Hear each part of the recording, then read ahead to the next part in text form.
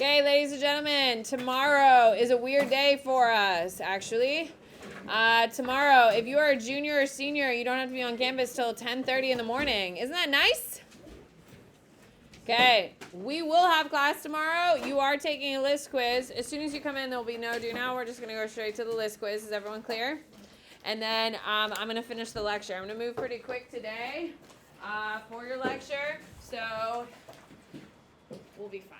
Okay, so tomorrow, if you're a junior or senior, you don't have to be here till 10:30, so we have an abbreviated class tomorrow. But I will be teaching, and we will be moving through the list quiz super quick. Today, at the top of your notes, you should have week 5.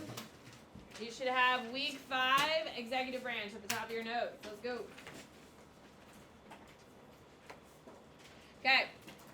The first thing you're going to write down, you're going to make 2 columns, one that says president, the other one that says prime minister. You need to know the difference between a president and prime minister, not only for APGov, but also AP comparative. So you're going to see that on the other side. Okay, you need to know that presidents are mostly found in North and South America.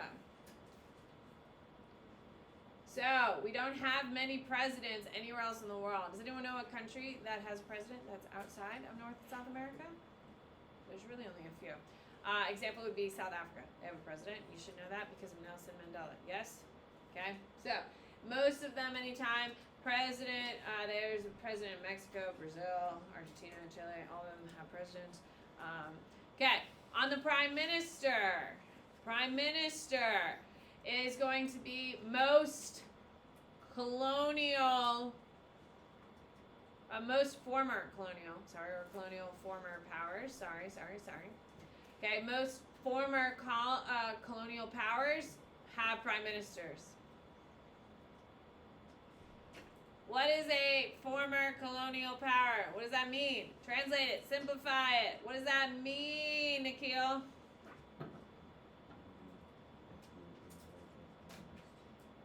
So who are the 2 major leading colonizing countries in the world? Britain and France. Both of them have a prime minister. So you need to know that England and France are going to be your 2 leading colonial powers, and you should know that by now. Anyway, okay. So England and France are the 2 colonial powers. They're the ones who have both prime ministers. Okay, second thing you need to know about a president. You need to know they are 4-year terms. 4-year terms with re-election eligibility. So a president is elected for 4 terms, and then they are elected eligibility. Typical. Now, we have a President Putin. Is he a real president? No, because they stuffed the boxes. He was elected on a lie last year. He won 98% of the electorate. Yes, and very much a fake election, which we'll discuss in many ways when we get to Russia and APGov. Okay, in true democracies, it's every 4 years, and they're eligible for election. Prime ministership. There are no term limits. Write it down. There are no term limits. It's based on whether the party stays in power. No term limits. It's based on whether the party stays in power or they get elected out.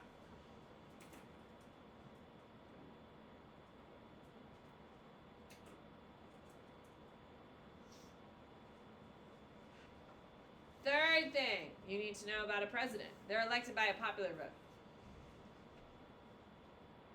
They're elected by like a vote / electoral college in the U.S. Popular vote / electoral college, parentheses, U.S.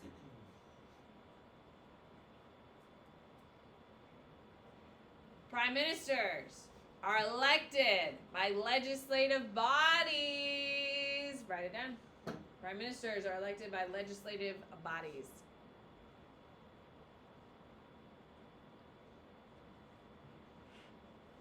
Okay, so just listen.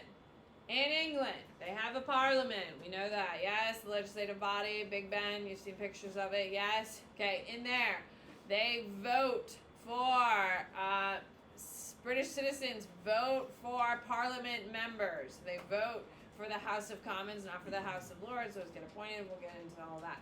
Then the House of Commons gets together and they elect one person from amongst themselves to become the Prime Minister. So do the people in England vote for the Prime Minister? No. They vote for the people who then vote for the Prime Minister. Okay? Absolutely unlike the United States system where we directly vote for the President of the United States, which is why we have like 16 people running for the Republican ticket at the minute and officially only one on the Democratic, but that might change actually this week, which is interesting. All right, you need to know that under the president can only be in one branch. So if you're the president of the United States, can you have another job? No. Your entire job is the presidency, and you're in the executive branch. Okay, Parliament. Prime Minister is in 2 branches of government. What are the names of the 2 branches? It's very similar to ours. You can figure it out. Rankus. Executive and legislative branch. Because remember, he or she is elected from the legislative body, so they're still technically a member because the people voted him into Parliament, and then he was elected by his peers in Parliament to become Prime Minister. And he made a lot of news yesterday. The Prime Minister of England says that China is the biggest threat to the UK and the world. Is that a big deal? When one of the top 5 most powerful countries in the world points a finger at China and says, "You're the problem," it's a big deal. He's already gotten a lot of slack for it, but we'll deal with that. All right, perfect. Those are the differences between a Prime Minister and a President. You need to know them. We'll be using this content going forward for a lot. Next, center space, divided government is your next heading. A divided government, you can look at your definitions here, is when one party controls the White House and the other controls both houses of Congress. I would underline both houses. So, when we have a divided government, it means that the White House is controlled by one party. When I use the term the White House, who am I referring to? The President. If I use Downing Street, who am I referring to? Does anyone know who lives at 10 Downing Street? The British Prime Minister. The British Prime Minister lives at 10 Downing Street. It's one of those euphemisms you're going to have to know about other countries, and you have to know it for the United States. When we talk about, oh, well, the White House does, you need to know we're speaking about the President. Okay, you need to know divided government is when the one party controls the White House, aka the presidency, and another party controls. Now, is this what we have today in 2023? No. We are a fractured government. You don't need to write it down because AP doesn't ask you it. We have a fractured government because one party controls the House, one party controls the Senate, so the legislative branch isn't even unified. So does this make things better or worse? Worse. Okay, next thing you need to know is the term unified government. So we have a divided government and we have a unified government. A unified government is when one party controls it all. Does anyone know what president was the last president to have a unified government? Huh? Obama. Obama is the last president to have it. I would make a note of that because they do ask those types of questions. You've seen my test questions at this point. You've seen 125 of them. You know that they're going to ask for examples. An example of a unified government would be Obama. So, is it common or uncommon to have a unified government? It's uncommon. It's uncommon. Okay, most, if you had to bet, if you didn't know, you should say they're in a divided government, right? So if they ask you a question about a president, you're like, ah, shit, I don't know. Which one would you go with? Divided. Most of the time it's divided. All right, gridlock is the inability to pass legislation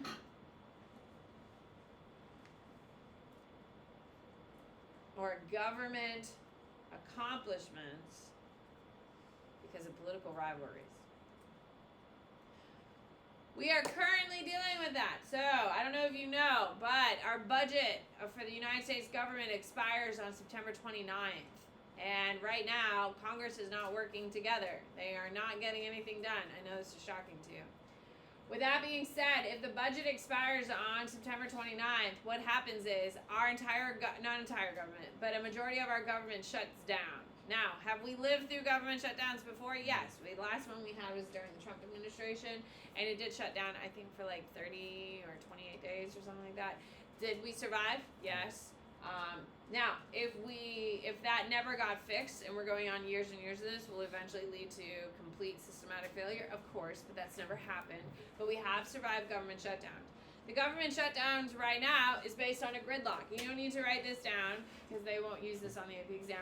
But right now, we have some Republicans who want the Republican Party to impeach Joe Biden over crimes that his son may or may not have committed. Now, I don't care what your thoughts are on Biden or Biden's kid or whatever. The problem is that this is not a majority feeling in the Republican Party. It's not a popular opinion inside the Republican Party, and it's obviously not popular in the Democratic Party. So, your leaders of the Republican Party do not want to impeach because, if you remember, Donald Trump got impeached twice. The first time he got impeached, it was a little shaky and the evidence wasn't super clear, and it lost the Democrats a lot of political power. Can we agree? So the Republicans don't want to impeach Joe Biden on a weak case going right into 2024. So that's why it's not very popular amongst majority Republicans to impeach Biden.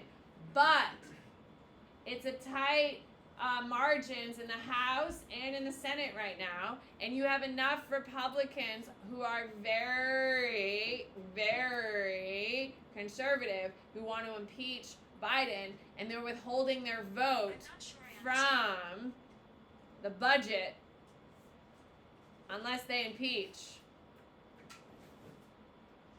They can't pass the budget unless these Republicans vote in support of it. So what might Republicans have to do? They may have to impeach just to get them to sign off on a budget which is fundamental to the government's success. That's what we call gridlock. No one wants to really, there's not a ton of desire to impeach Biden. You may be surprised. The impeaching is not very common of a president. I know we just had a former president who has 2 impeachments. That is not common. So the taste for another impeachment, a third impeachment within 4 years, that shit's wild, is not very favored, but it might happen because it's created gridlock. So when political differences stop legislation, that's what gridlock is. Okay, and we have plenty of it in DC, and this is just the newest example of it. Okay, so here we go. You need to know that evolution of the presidency is your next subheading. Evolution of the presidency.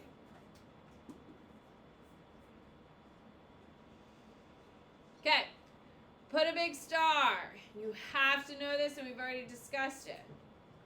Now, what document is responsible for creating the executive branch? What document? Constitution, Article 2. Write it down. Constitution, Article 2. Constitution, Article 2 does not give the executive branch much power. Write it down.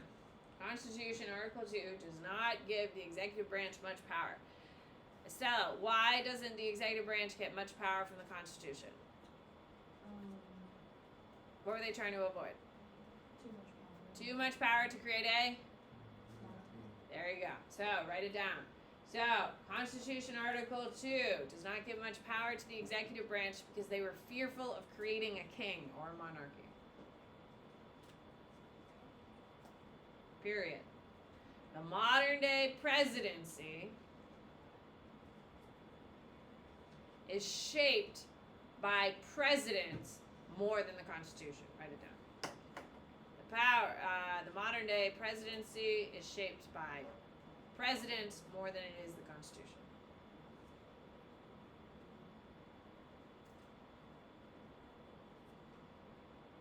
So, when we talk about the power that Joe Biden has, the power that Trump had, Obama, is it because the Constitution gave it to him?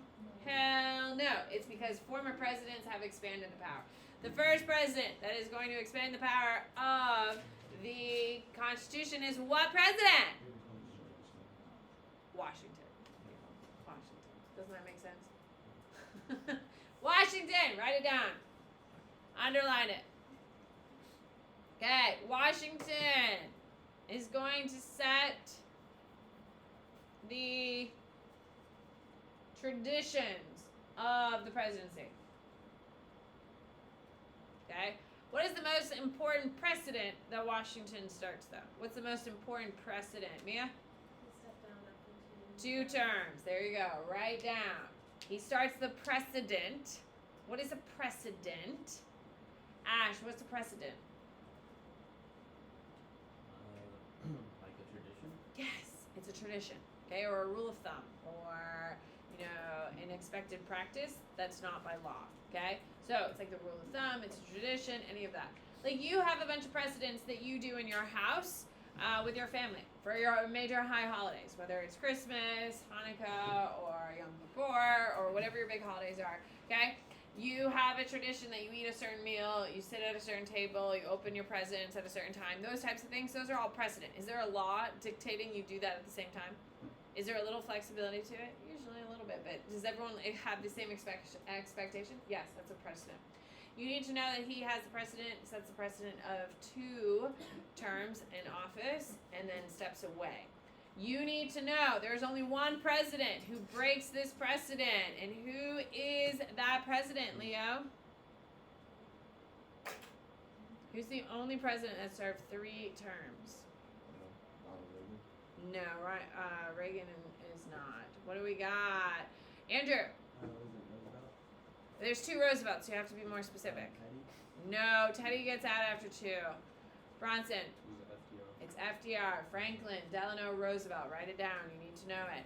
FDR is the only president that serves 3 terms, and actually dies in his 3rd term, but we'll deal with that later. Okay, why does he serve 3 terms? What worldwide event is occurring, Eve? No, that's Hoover. Jake. World War II, write it down, you need to know. Because it does make sense. If we had another president come into power towards the end of World War II, FDR was incredibly secretive of how the war was going, and even Congress wasn't fully briefed on everything. He really was making a lot of the decisions himself, and his vice president, who's his vice president? Oh God, people, we need to know some history here. Truman, okay? Truman had no idea that we had the atomic bomb until he became president, and he learned that day. He was like, hot damn, we have this. And then, of course, who's the only president to ever use an atomic bomb? Truman. Okay? Of course, we've all seen Oppenheimer. He was so good. Anyway, with that being said, so Truman, FDR was super secretive. So in order to keep the war effort going, they allowed FDR to run a 3rd term. Even though it wasn't prohibited, it was kind of like, that's in bad taste. But they allowed him to do it because the middle of World War II, the war is raging and having consecutive. And he had an amazing relationship with Churchill, so they didn't want to justify it, so they allowed him to run 3 terms. After he dies, which he does die in 1944, he's replaced by, of course, Truman. In 1951, they're going to pass what amendment to the Constitution, stopping it from ever happening again? Luke? No, it's not the 25th. It is what, Rinkus? 22nd. Write it down. The 22nd Amendment will be passed after FDR. 22nd Amendment is passed FDR, blocking future presidents from having more than 2 terms. So it no longer becomes a precedent, and now it's a law. Okay? So it is now a law. You cannot have more than 2 terms as president of the United States. Okay. So Washington is going to lay down this formation. As we know, we get to the 22nd Amendment. Next president. Does anyone know who's the next president that expands the powers of the presidency? It's a big deal. What do you got, Colin? Andrew Jackson is your president. Major influence of the office. Okay, you need to know that Andrew Jackson expands the role of president more than any other president. That's why the history of Andrew Jackson is very complicated. In 2023, we have a pretty negative taste in our mouths of Andrew Jackson. You know, his bigotry, his flat-out racism, and the fact that he killed almost 1 million Native Americans makes people feel sick inside in 2023. With that being said, in the 1800s, when Andrew Jackson was in power, was he popular? Oh, yes. So, my history has not looked well on his administration. In present time of his administration, he was very, very popular. Which is why, when Donald Trump came into office in 2016, he had a bust, you know, like a marble head. Yes, you've seen a bust, they're like Romanesque, of Andrew Jackson in his office, and it was quite a big scandal because of all the hindsight of reflection. It's not seen as a powerful thing. Donald Trump selected him because of the power that he did for the presidency. I don't think this is surprising to anyone, whether you love Trump or hate Trump. He likes power. Okay? So, with that being said, you need to write down that Andrew Jackson is going to centralize presidential authority in the executive branch. And within political parties. Before Andrew Jackson, there were other powerful people in political parties. And if there were like rivals and the president would have to like fight with other people who were like on his level. Today in 2023, is there anyone on Biden's level in the Democratic Party? No. Whatever Biden says, Biden gets, yes? Even though a CNN poll came out a week ago that said Biden was only favored by 40% of Democrats, okay, for 2024. Who's on the ticket for the Democrats? Biden, because who gets to call the shots? The Democrats. Biden. That precedent of the president getting to choose everything for the party is by Jackson. So, the power transfer that Jackson creates is a centralizing factor in both the executive branch. Everything now goes through the president, not in his administration like previous ones. And the second major thing is that he controls the political party as well. So he becomes the head of the political party and the executive branch, which is very, very powerful. Okay? So, the biggest influence on the modern president is what former president, Ash? Andrew Jackson. Perfect. Okay. Skip a space, center it, Federalist 70.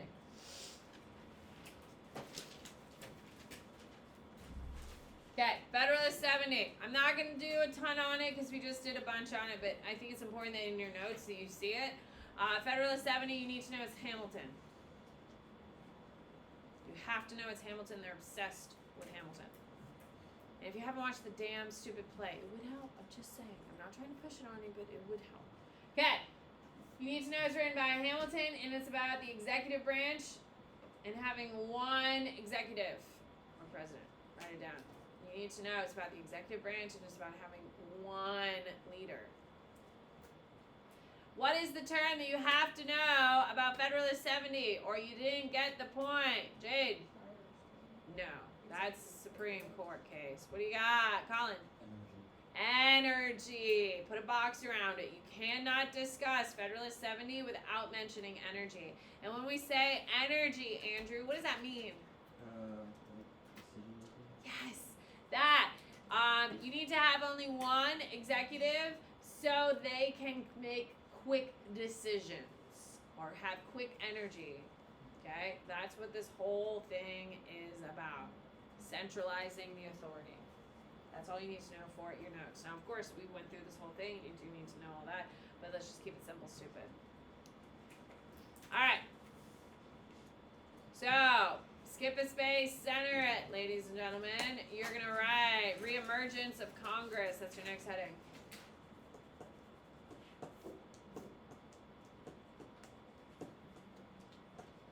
What president takes power away from Congress because it pulls more power for them? What president, Haley?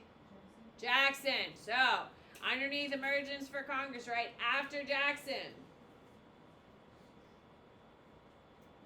Congress will reassert itself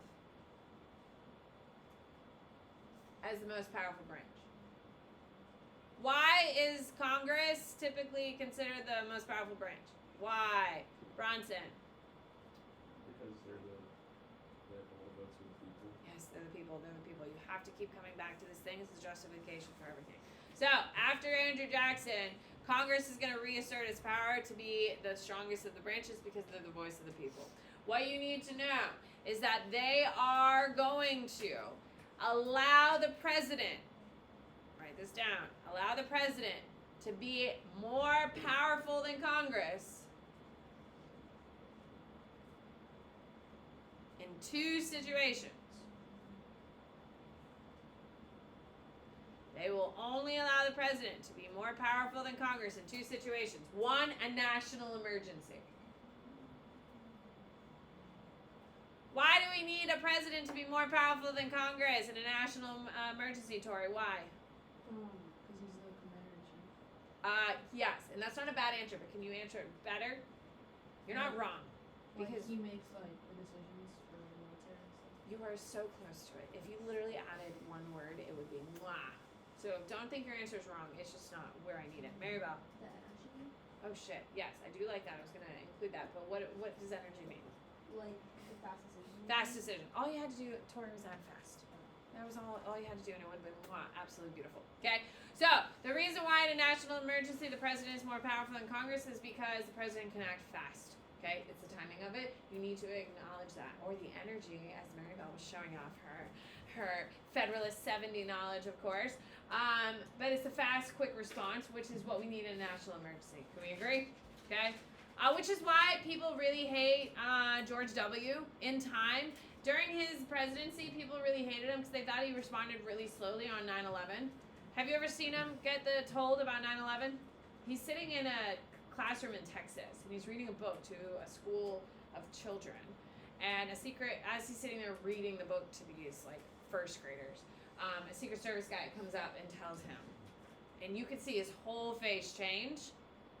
And he's like looking around the room, and he's making decisions. Like you can just see the gears moving. Like holy shit, what is happening? But he's in front of first graders. So does he like pick up and run out of the room immediately? No, he waits probably like another minute, and then he excuses himself from the room, and then of course gets on to his plane. What do we call it? Air Force One, thank you. He gets on Air Force One and he just circles the United States for like 6-8 hours. That's what he does. And then obviously in Air Force One he can make decisions and stuff like that. So people were very critical of George W. Bush on September 11th, saying that he was slow to make decisions because he sat there for about a minute after he got the news before he left the room. That was one thing, and saying that he didn't have enough energy. Now we know where that reference comes from. Anyway, second thing. Did you care about that? You don't care about the story. It's fine. All right. Second, it stands as foreign policy. Okay, the president is more powerful than Congress when dealing with foreign policy. Why? Why do they get to be more powerful than Congress in foreign policy, Patrick? Because they often meet with like, No. leaders. No. It's a very easy answer, Patrick. The two different branches. No. You're making it harder. Tula? Is it because of, like, the clause that he gets to, like, meet with leaders and not tell anyone? Don't tell me clause. What document gives him this power? Don't do it to me, Tula. My heart is breaking. Oh my god. What document, Tula? Powers Act. No. That's in what document, Tula? Oh my. Wait. Did you hear it? That was my heart breaking, Tula. Mia, help me. The Constitution. Oh. Yeah, exactly, Tula. Exactly, Tula. Write it down. That. The reason why they're more superior in foreign diplomacy is because the Constitution said so. What type of power is it if it is stated in the Constitution? It's an express power. Okay, so the reason why they get power over Congress and foreign is because it's in the Constitution that they have that power. So please make note of that. All right, skip a space, center it. Powers of the president.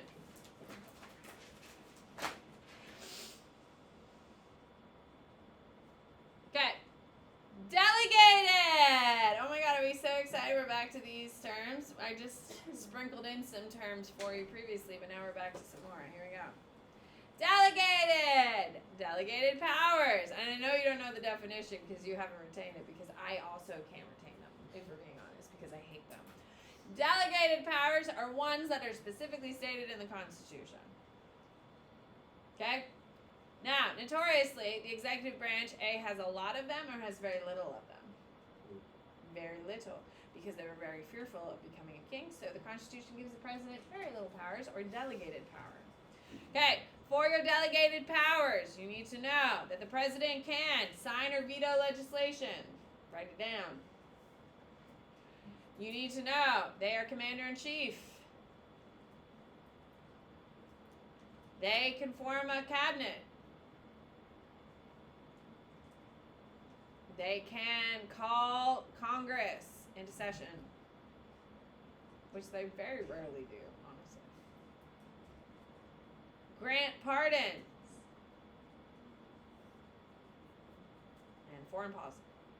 Those are the only things that are specifically stated in the Constitution that the president has the right to do. It's not a lot of powers. There's really only one major power that is a delegated, and it is foreign policy. That is the only one that it's like, wow, look at them. They can really do all of this themselves. That's pretty cool.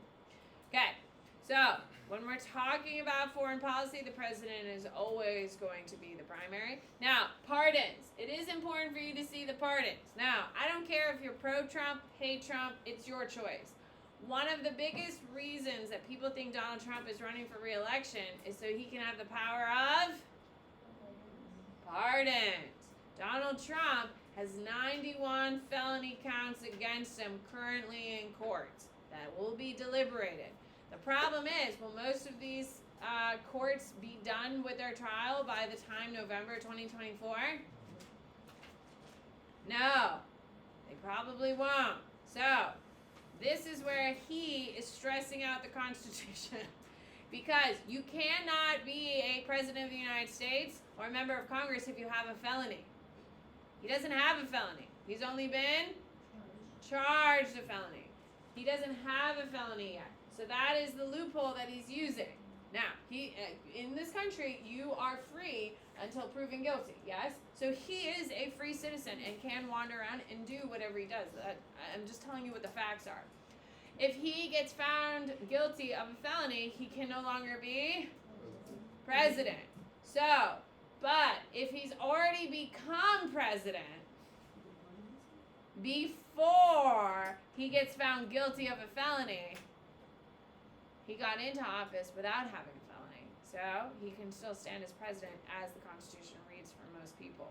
Here's the trick. A lot of people think that he wants to become president so he can pardon himself. Because technically you can pardon yourself as president, although it's never been done. It's been condemned because Nixon almost did it to himself. And they were like, no, don't do that. And Nixon just left office.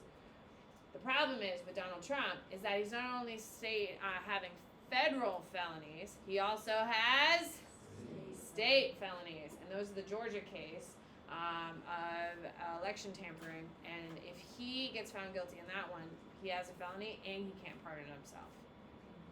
But if he's in office, he just can't run for re-election. But Donald Trump already cannot run for re-election because he's already served. That's what makes Donald Trump very interesting. And I think we can agree, stressing out the Constitution. Yes? So, whether you like Donald Trump or hate Donald Trump, whether you think this is all a sham, whether you think he has been totally vilified and this is a political witch hunt, wherever you stand, those are the basic facts that make this whole Donald Trump running for office thing very interesting. Because there's only one or two cases that might actually be found guilty before November 24, and that's not even 100% in the hoop. Because obviously, what Donald Trump is trying to stall everything. Why? Yeah, so he can get into the presidency. So his team are literally dragging their feet through everything because you cannot be president if you have a felony. So he's dragging his feet as much as he can. Which, if you were doing the same thing, you would be doing the same thing, yes? Anyway, here we go. You need to know that there is a limit on the president's power, and we call it the War Powers Clause. Like my girl Tula was just dropping names. And Tula, what document is the War Powers Clause in? Constitution. My girl. You should write that down too. The War Powers Clause is found in the Constitution. Anytime you see a clause, just default to the Constitution. You just know immediately it's the Constitution. Very few exceptions. Okay, the War Powers Clause is found in the Constitution, and it limits the president's use of military to 60 or 90 days. Write it down. It limits the president's use of the military to 60 or 90 days. So essentially, and you may want to write this down, a president can do whatever the hell they want without talking to Congress for 60 to 90 days. That's very funny in 2023. Why? When was this written? 1787. In 1787, did we have drones? Did we have fighter jets? Did we have supersonic technology? Did we have nukes? Do we have like crazy technology that we can blow an entire country off of the map in literally 10, 15 minutes if we wanted to?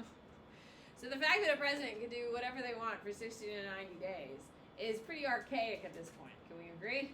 Because in 1787, when they signed this document, it was going to take them a while to get the troops like walking to wherever they were going, yes? Or putting them on a ship and getting there. So 60 or 90 days is really just moving troops from one place to another before they actually do anything, and it's a pretty slow movement of troops. It was supposed to limit their power. They had to go to Congress. Well, now, can a president do significantly more damage in 60, 90 days? Absolutely. Bye! Isn't it interesting?